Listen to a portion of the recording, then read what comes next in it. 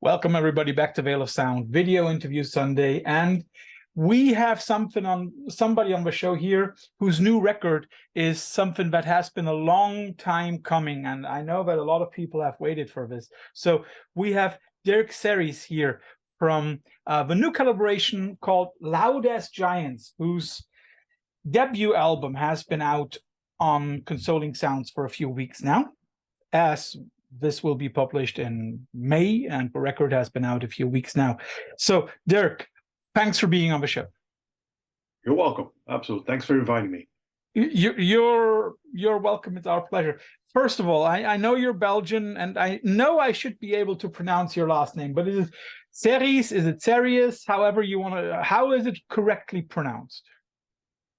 It's actually plain and simple, Serries. Serries. So it's So it's not really the French. It's actually a Flemish name. So Serries. So okay. I'll try to remember that. Perfect. And then, I mean, I can already see it, but for all those people listening to us on their streaming platform of their choice, Dirk, explain to the people why you are wearing the band merch that you are wearing right now. Oh, because they are friends. No, first of all, I like, of course, the music. Always have been a fan of Mono from the very first years that they started to release their music. And we became friends also thanks to the label I was on, Conspiracy Records from Belgium. Mm-hmm. They released, by the way, also a couple of Jesu records, ISIS, they did ISIS and so on. And Mono was actually a band who was touring Europe, and they wanted to have a solo act as a support, which makes it for them way easier because then they can leave their backline on stage and so forth and so forth. So Conspiracy Records was back then really strongly connected to them, and they said, "Okay, Dirk, do you want to do the support?" I said, "Wow, that's of course amazing." And over time, during the tour, we just became really good friends. I mean, those are really nice people anyway. Mono, the people are very nice. On top of them, they make incredible music, but also it became more than just that because we talked about music, maybe creating music together. Even Taka tried to join me on stage. And anyway, it's like an exchange that became way more than just like a practical business thing. Oh yeah, you're the support, we are the main band. So in that retrospect, I like to wear the t-shirts whenever I can.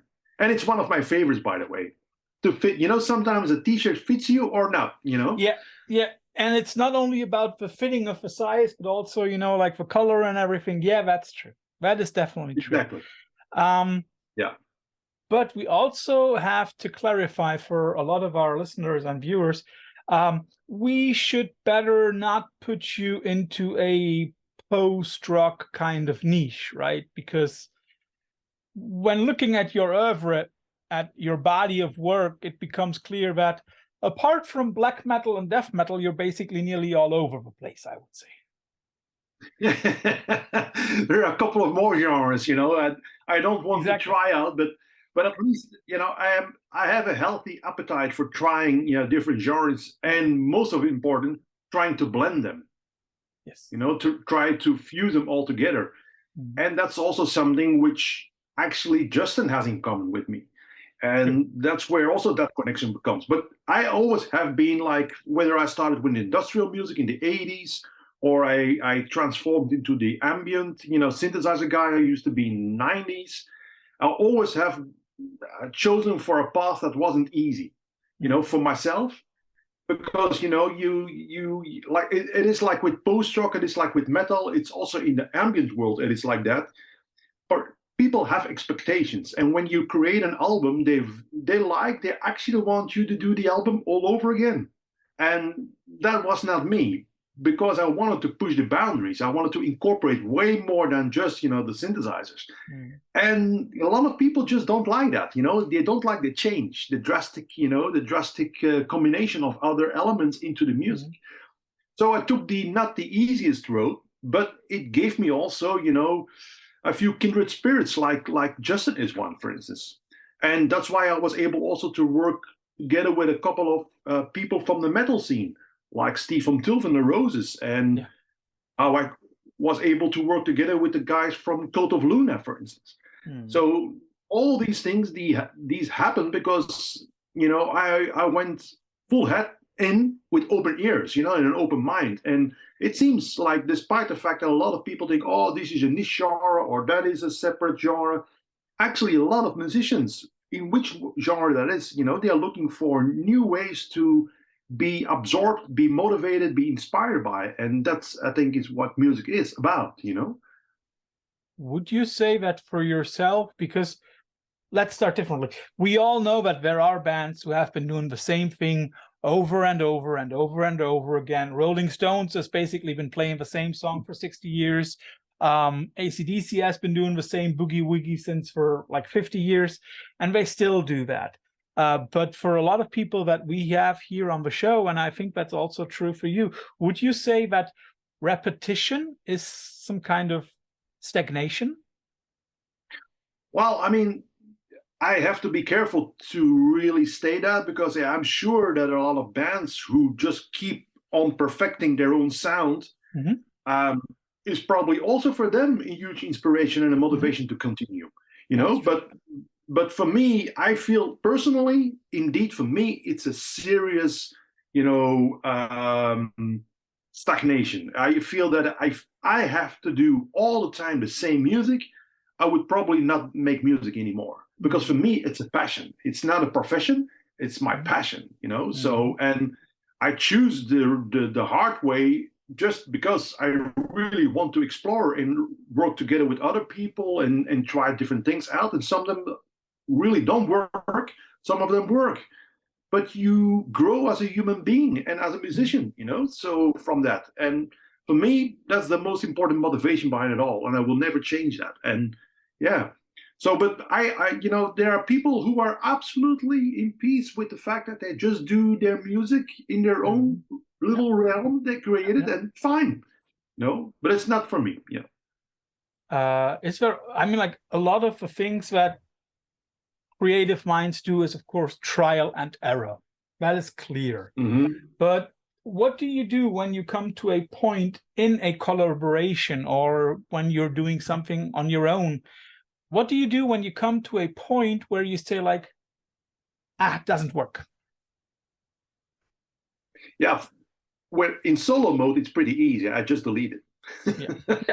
I never keep that. But in a collaboration, you have two voices. It's like it's a very democratic system if you are, of course, on the same level as the other musician. If you are the leader from a band, that's a different thing. But most of the times I look at my collaborations, even when it's with more people, like my drone project, Fear Falls Burning, eventually at the end evolved into a band. I was never the leader. I brought people together, hopefully to provoke a particular vision that would be similar to what I have in mind. So it's a little bit tricky there to actually then say, okay, let's call it quits, and it's not working. So I think you should, or at least I try to go into dialogue then and see what we can come up with. But up for now, and that's weird, but up till now, I never had that experience before where we had to really make that tough decision. So sometimes, there are one-off collaborations, that happens. But it doesn't mean that you're dissatisfied, It's just those things happen for a particular reason and don't, or some don't happen anymore. So it's. And now let's talk about Loud as Giants. But before we can talk about this record, I think we have to step back 40 years in time, because I know that you and Justin basically did not know each other personally, but that you share some similar roots in the 80s trading scene, right? Is that correct? Exactly. Yeah. The cassette network from the 80s, the early 80s. We both were fascinated by industrial music, really extreme music. And that was, at that time, released solely on tapes. And Justin had his own cassette label. I had my own cassette label. We were on different compilations with our music on the same compilations. Yeah. I knew his tape label. So actually, it's very strange to say that, but I know Justin from the industrial scene and not from his Godflesh area. So it's for me, it's a lot of people say, "Oh, that's not possible." Yeah, it's possible because that proves again and shows how diverse and eclectic Justin was, and still is. You too. Yeah, me too. But that's the way how it actually makes sense to us as well. To come at a certain point to that momentum in time where we meet in person and then say, "What? I mean, we know each other's music already for such a long time, and we didn't realize it." And he talked about picking up one of my albums together with Ben, the bass player from Godflesh, at a record store in the UK, and I still get goosebumps from that. It was in the tour van, and he started to hum the goddamn song. He started to hum an instrumental ambient song he loved so much. So that was really like a very, very, very beautiful moment there that we know each other already for so long, and actually now also again thanks to a label who brought us together for a tour. It became way more than just knowing each other and having respect for each other's music. So when we talk about the early 80s, when we talk about industrial music, I of course have to ask, what were or are your favorite projects, your favorite acts from back in the day? Yeah, there are of course plenty, but I think the most, if I have to think really fast, then I would say SPK, Throbbing Gristle, of course, one of the founders of industrial music, Test Department, a fantastic English band who was very, very militant, but also had an incredible sense for rhythms, but on metal and all these other, industrial tools. And on the other side, you had that more like the side of industrial, which became a little more atmospheric. And I'm thinking now about musicians like Maurizio Bianchi, an Italian guy. Giancarlo Toniutti is also an Italian guy. They released stuff back in the 80s on an English label. So you can see where I go to. It's a lot came from the UK as well. Whether it's maybe international musicians, but they all were somehow on English labels. And that's where my focus was at that time. You had post-punk, you had the new wave scene, and everything came from the UK for me. And that's where I really, built up my foundation of the music, genres where I wanted to be part of. And a couple of those are those I mentioned, like SPK, Test Department, Throbbing Gristle. Those are, I think, the main ones. If people want to look them up, you can find them still. Luckily. Was it also important for you that those bands developed the sounds themselves, like, for example, or the instruments themselves, like Neubauten did that? Was that also something that caught your eye? Well, absolutely, but I never have been a handyman, so I relied more on little pedal effects and a little mixing board and some analog synthesizers back then, and voice to actually create mine. But I was absolutely I had huge respect for those bands, especially like a band like Test Department, who just came on stage with nothing else than metal percussion and all these. They didn't use electronics at all the way in the beginning. So, and that was fascinating how they actually created, the entire. Neubauten did that as well, but Test Department was still a little bit more focused on only the use of those industrial parts like springs from cars and all this. It was pretty impressive. Back in the day, you. And I also remember that Neubauten, even from the very beginning, was already, how should I say, they built instruments that, even though might have looked strange at first, but they were basically real instruments. And there is a tiny difference in there. I know what you mean. Now let's jump another few years. It's the late 80s. And what was your reaction to the music that Justin was making as Godflesh when you first heard stuff like Street Cleaner, Pure, Selfless, and all that stuff? Yeah, I like it, absolutely. But it was only like, I think, early 90s, closer to mid 90s, that I actually first heard Godflesh. Mm-hmm.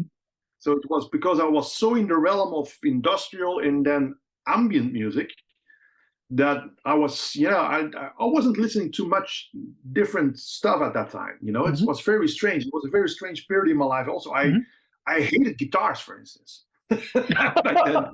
Yeah, it's interesting that you say that. Yeah, it's like a really, really strange. If I think about it, I wonder what that motivation was, about, but I just didn't like guitars. So I really got swept away by all what was electronic, synthesizers and all this.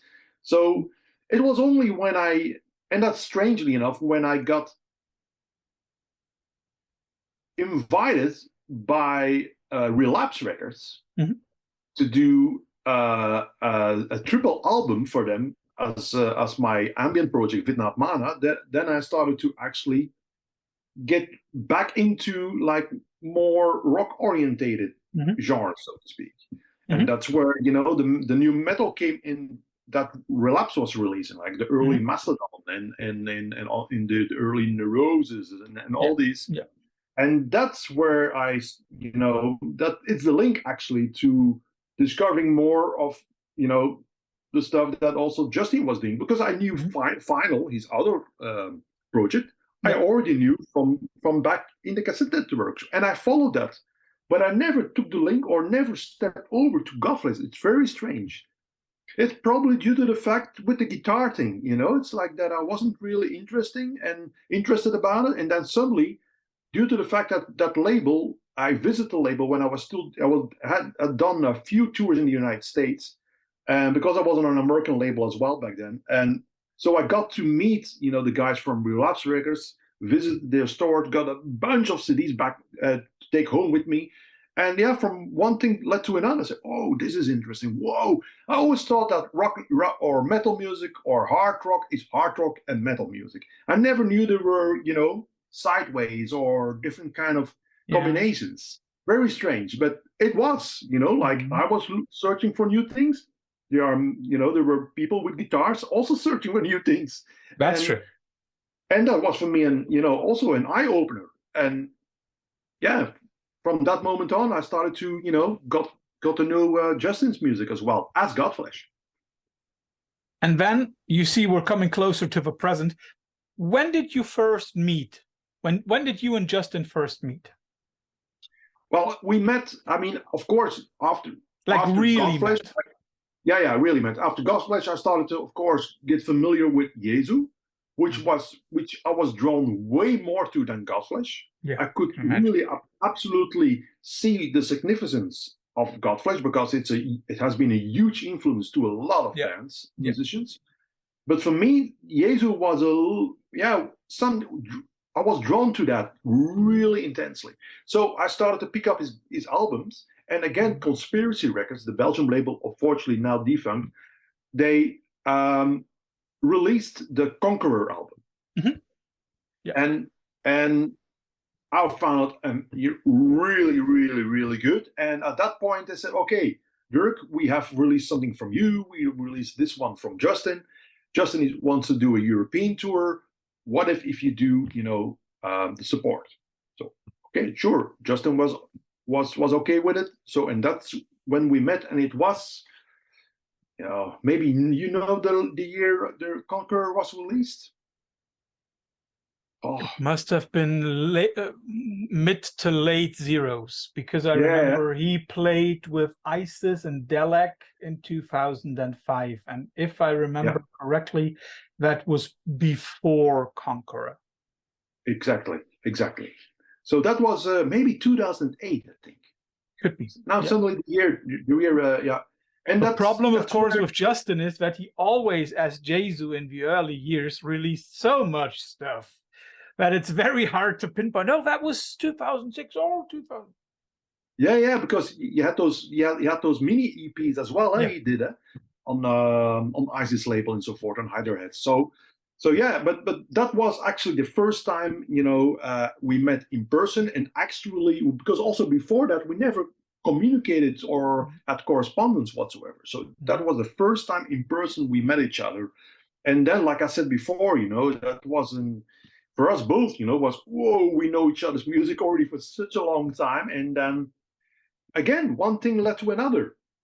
And this is and at the end stage there is a lot of giants. So it's like, but like what Justin is about. Justin is, and I'm not going to because I like the guy so much is that it maybe sounds a little bit forced, but it's absolutely the truth, and I mean this from the bottom of my heart. But from the moment we went on tour, there was no feeling of, oh, I'm the main guy here. There's more importance to me.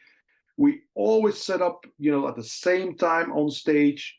We helped each other. It was like a camaraderie that started, and that went through the entire tour. And since then, I think that's the basis of why we get along so well with each other, and what we know from each other, that we know there are no hidden agendas or whatsoever. It was just like pure, like camaraderie, without any kind of, oh, no, I have to be, I have to do this, and you have to stand in the back. And it was always like setting up together, breaking down together, having dinner together, all of this. And and then you start to think about collaborations, and from one thing led to another. Would you also say that very special camaraderie, that is also a relic of you two having been in the same kind of realm of music like decades ago, like 40 years ago, that you share that same spirit in a way?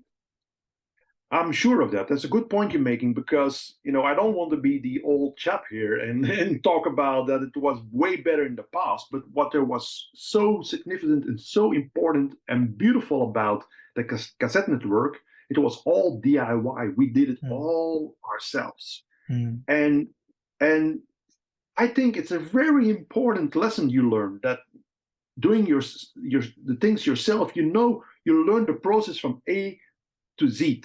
Yeah. And Justin is the same guy. He also is a self-made man. He knows that from the back in the days when he had his own cassette label. He knows how to deal with it. He also progressed over time to bigger labels. I did as well with my ambient music. I also signed once an exclusive deal that maybe I shouldn't have done, and so forth and so forth. You learn. Yeah, you learn from these things, and that's why when we came together and started to work, or decided to work together, we knew that it was not about the business aspect of it all, because we come from a different world, and we carry that along still, that kind of philosophy, and that's why we never gave up on the fact that we wanted to collaborate, but just there are other things in life as well. So, but absolutely, I think the experience and the philosophy we had and we still carry is one of the most essential things of our friendship. Yeah. And now I think it's time to come to the new record, to Empty Houses by Loud as Giants. When listening to the new record, I had a feeling as if, how should I say, especially the first two tracks were somehow, I don't want to say happy, but they pervade a very positive mental attitude. Because of certain parts of the songs where it seemed as if there was some kind of light shining through them, if you know what I mean. How did you go about writing those? And that's where I come to the second two songs on the record, those very, very different parts of music, each longer than 10 minutes. Did you set out by saying, first, of course, have a little nicer and the second half a tiny bit darker? No, it just happened by itself. I mean, we first, of course, took a long time to get to the record because we didn't know which direction to go. Because we both, like have been talking about, we are both influenced by a lot of different, genres. So, and we first wanted to do like a pure industrial album, very heavy, very noisy. But that path we left, and somehow, the I must say our passion or our love for the early 80s and the late 80s new wave music, I think, shines through a little bit more. Why? Because I think, at the same time, I agree with you, there's light in the music, but at the same time it also is a little bit more melancholic as well. And I feel that is part of who we are as well as human beings. Yeah. And Godflesh is pretty rough, pretty hard.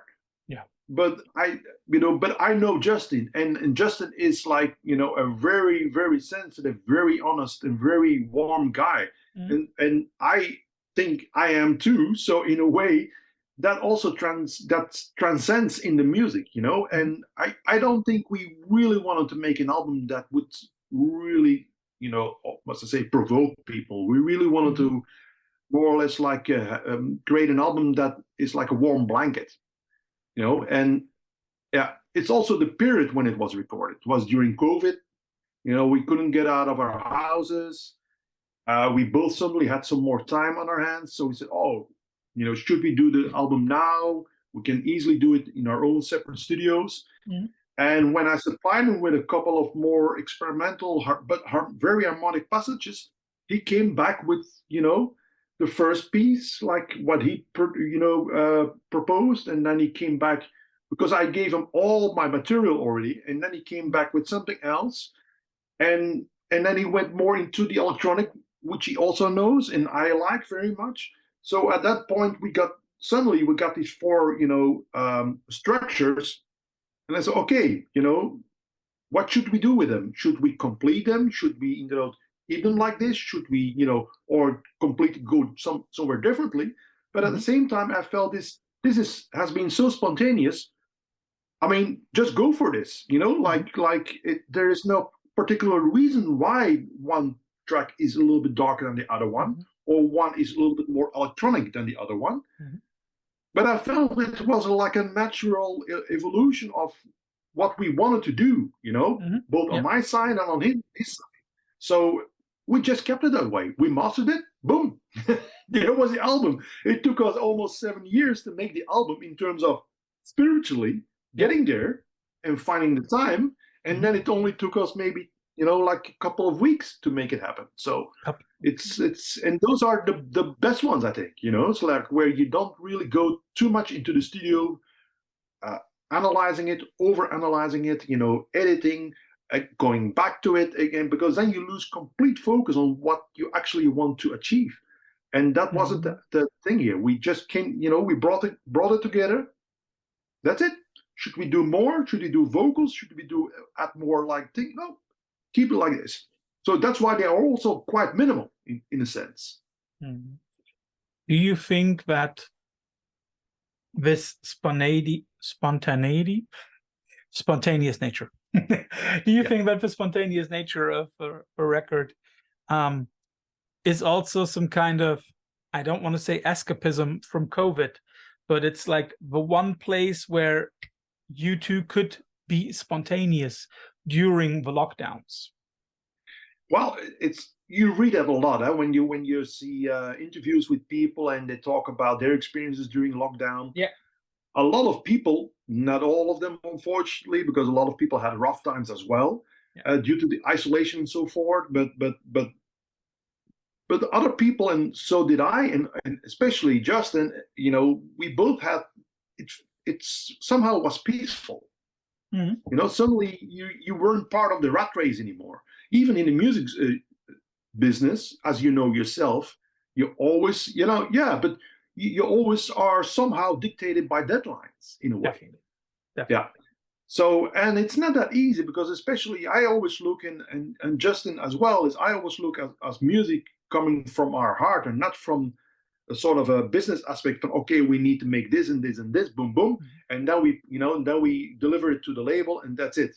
So you can't dictate that tempo, that kind of, pace to create. You can't force that. You can't dictate that. So, yeah. So for us, being in COVID time, having no things to do, no concerts, no real, promotional campaigns. Although maybe, I did some, online streaming concerts and so forth. But apart from that, everything was in the house. You just stayed home and you did other things, and you got other priorities, and that felt really nice for both of us. In a way, I can totally see that. Let's just get a little bit into the technicalities. So you send the files back and forth, and at one point, both of you agreed, okay, finished. Yeah. Did you then send it to somebody for mastering, or did you also do that yourself? I did it myself. Yeah. Because that is what Justin asked for. We could have sent it to somebody else, but I said, well, I mean, I personally would like to keep it, a little bit more under control.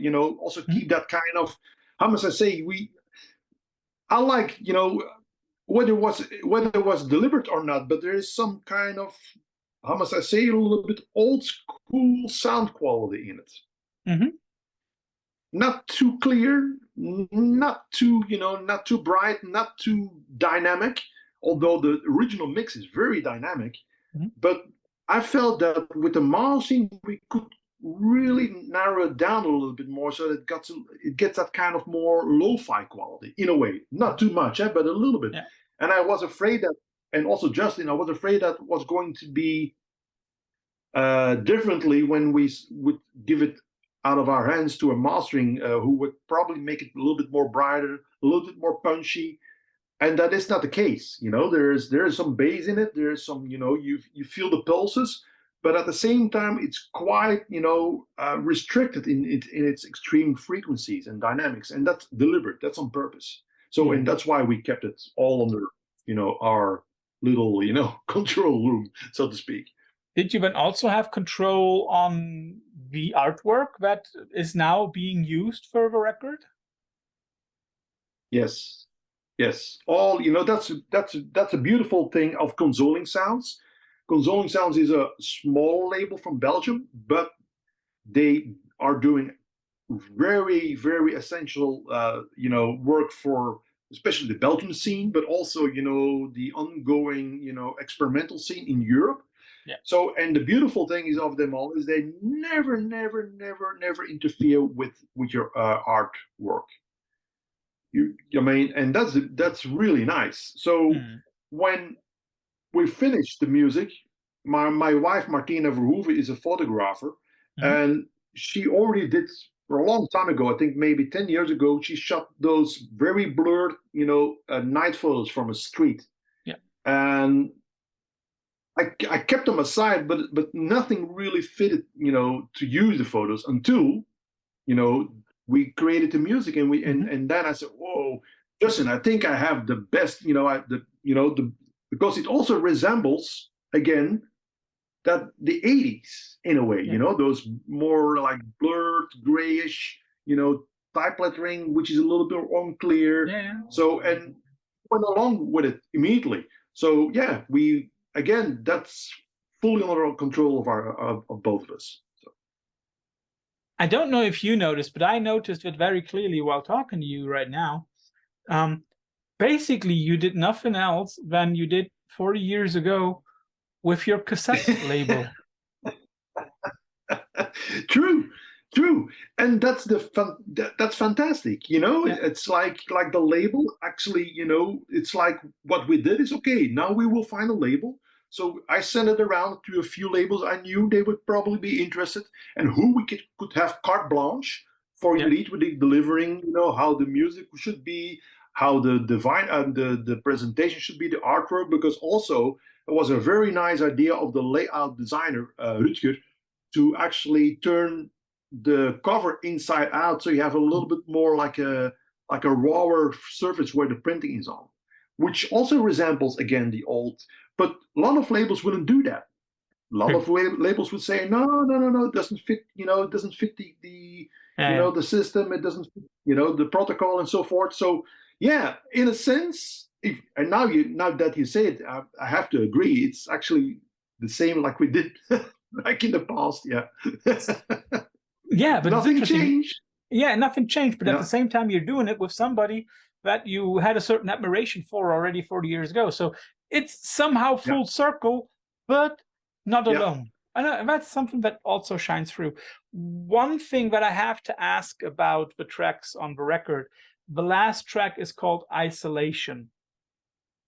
Is that in any way the reflection of the two of you on the lockdowns? Oh yeah, absolutely. It's like the like Empty Homes, the title itself, which Justin came up with, is like, for him it was that kind of reflection to, you have that kind of seclusion. You see that people are actually living their house, but you feel they actually are empty because everybody was just, not coming out. You couldn't see any kind of movement. Even outside on the street, you couldn't see it. Yeah. So it felt almost all abandoned in a way. So in Isolation, it's one of those. Yeah, we were thinking about, okay, what about the title? Should we refer too much to the COVID? Should it be a little bit over the top? But we eventually went for it. And why also? Because it's also one of my favorite Joy Division songs. Yeah. So there you go. Yeah. And then so there's the reference again to where what we both, and I mean we both still listen to that music, way more than any other music I have in my collection.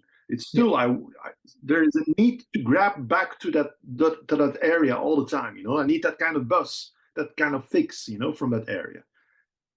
So there's a reference to that track as well. Are there any plans of taking the music on the road? No. It's too bad. No, we want to do one-off gigs though. Okay. That's a fact. Yeah, but no touring, because also for Justin and myself, we said touring is not our thing anymore. But one-off gigs like we are doing now, one on May 18th at the Dunk Festival, which is a festival in Belgium. Yeah. So we are doing there our premiere. So it's going to be pretty exciting. Also, the fact is that is going to be right before the Godflesh show on the same stage. So we have been talking about the fact, so should we, link it, have it like a continuous one? We will see what happens, But it's actually again, the thing is like, where should our project end and where should Godflesh start? That's true. Yeah, so it's interesting. You can talk about it, and maybe it happens, maybe it doesn't happen due to technical reasons or whatsoever. Yeah. But it's the thing that we have been thinking about, and we are not forcing it. We will see what happens. But we are definitely very excited to actually bring the music live, because it's going to be. It's a challenge, because we both recorded our stuff in our own studios. So there will be, of course, a backing track, because otherwise it's impossible to play that live. Yeah.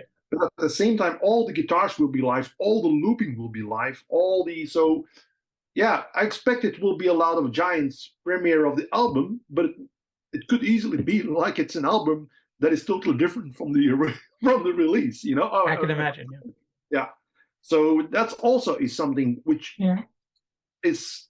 Like Godflesh, with Godflesh, yes, is the specific songs. You immediately know. Yeah, you immediately know a track from a song from Street Cleaner. You will immediately know. You recognize. Yeah.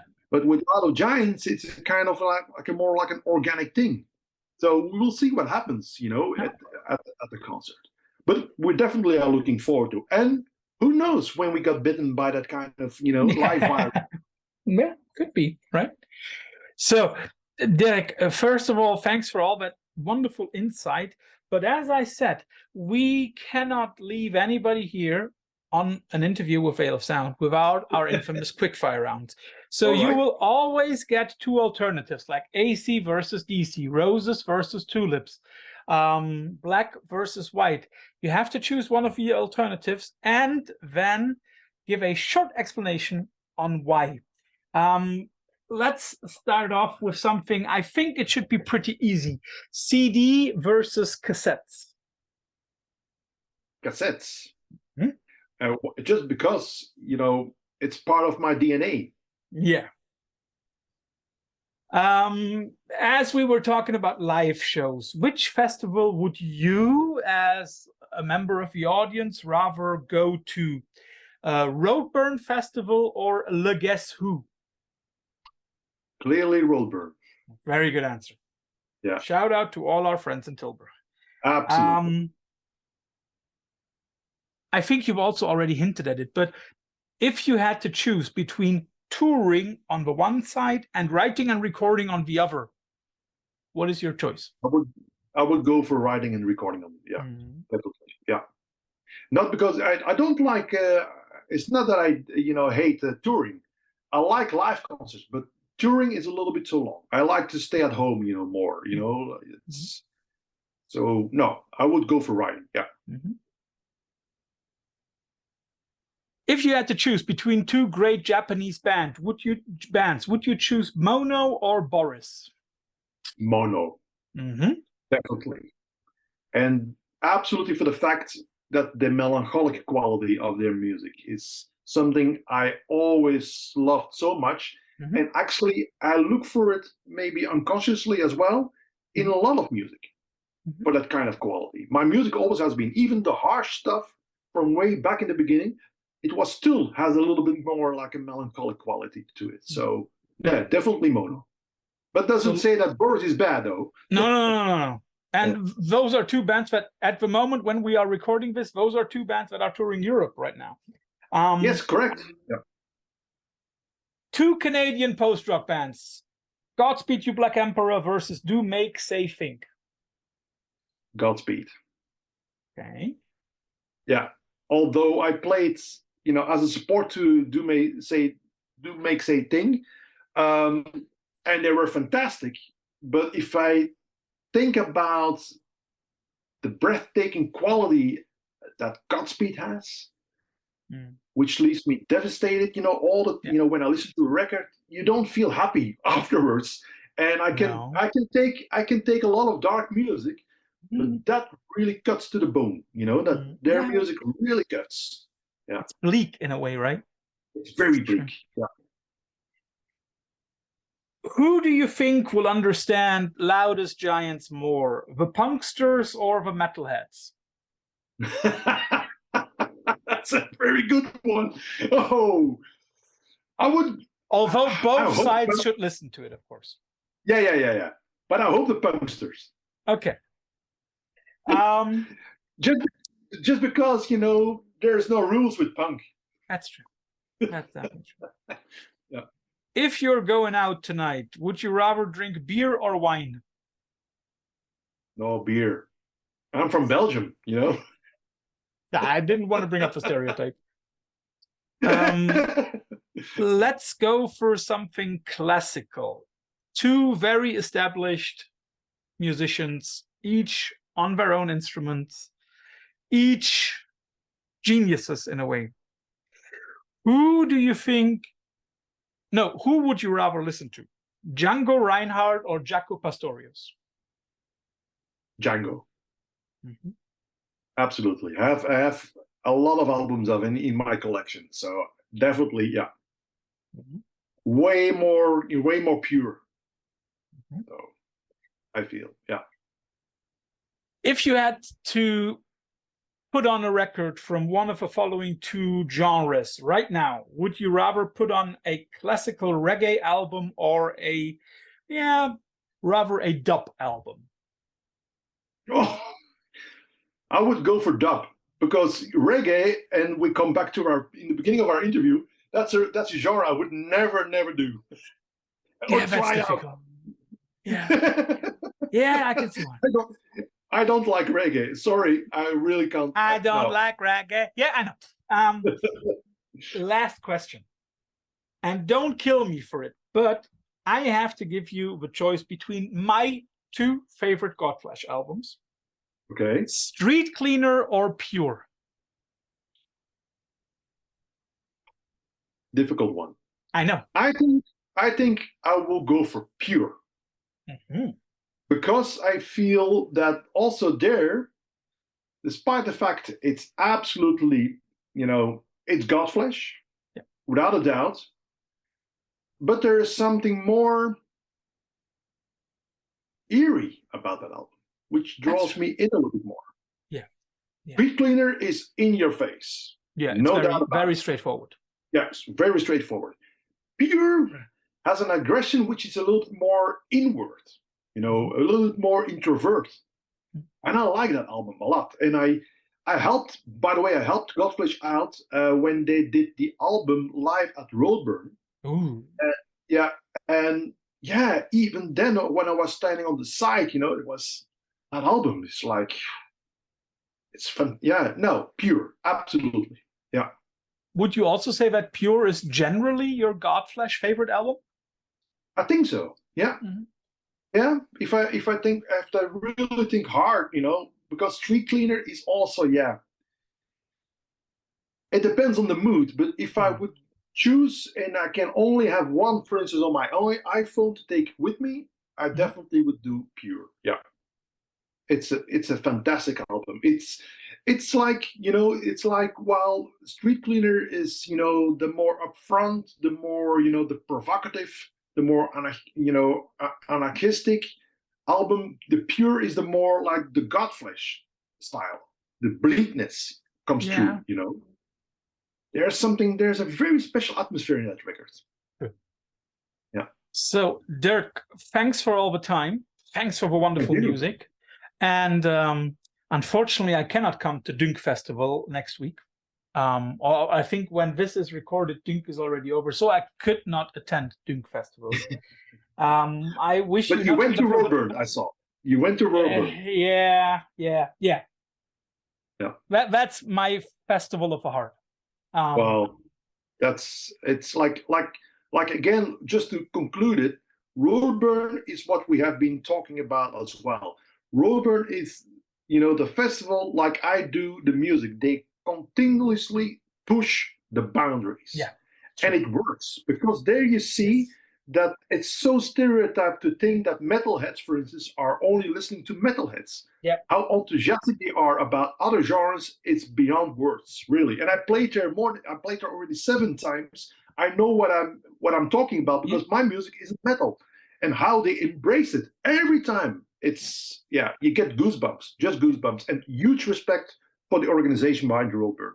That's true. And especially this year, because I remember there had been a lot of backlash against the organizers for the lineup not being too metal enough. I think it was a fantastic lineup. And what I loved is, I don't know the person's name, but I remember standing next to a huge guy. It was like a wall of man. One person. Huge metal vest with like the bleakest black metal bands on it. And we were standing basically next to each other while we were listening to Giles Corey on Saturday evening. And he started crying. And I thought, that's Roadburn. And that's something that I love.